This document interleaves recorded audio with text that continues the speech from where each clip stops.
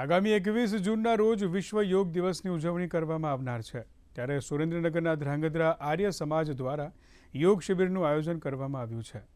Dhrangadhra oxygen park ખાતે યોજાનાર ત્રિદિવસીય યોગ શિબિરમાં બહેનો દરરોજ સાંજે 5 થી 6 વાગ્યા સુધી યોગ કરશે।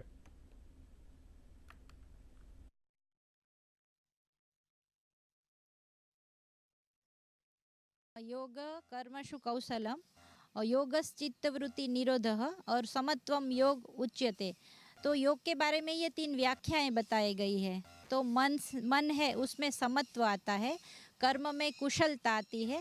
तो ये सब होने से हमारा जो दैनिक कार्य है, जो हम काम करते हैं, उसमें हम और अच्छी तरह से हमारा काम कर सकते हैं। અહીંયા આર્ય સમાજ દ્વારા 11મા આંતરરાષ્ટ્રીય યોગ નિમિત્તે શિબિરનું 3 દિવસનું આયોજન કરેલું છે।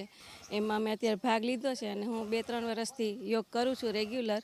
અને યોગમાં અમે ઘણા બધા વિવિધ આસનો કરી છે અને આસન કરવાથી અમને ઘણો બધો લાભ થાય છે, માનસિક શાંતિ મળે છે, શારીરિક આરામ મળે છે।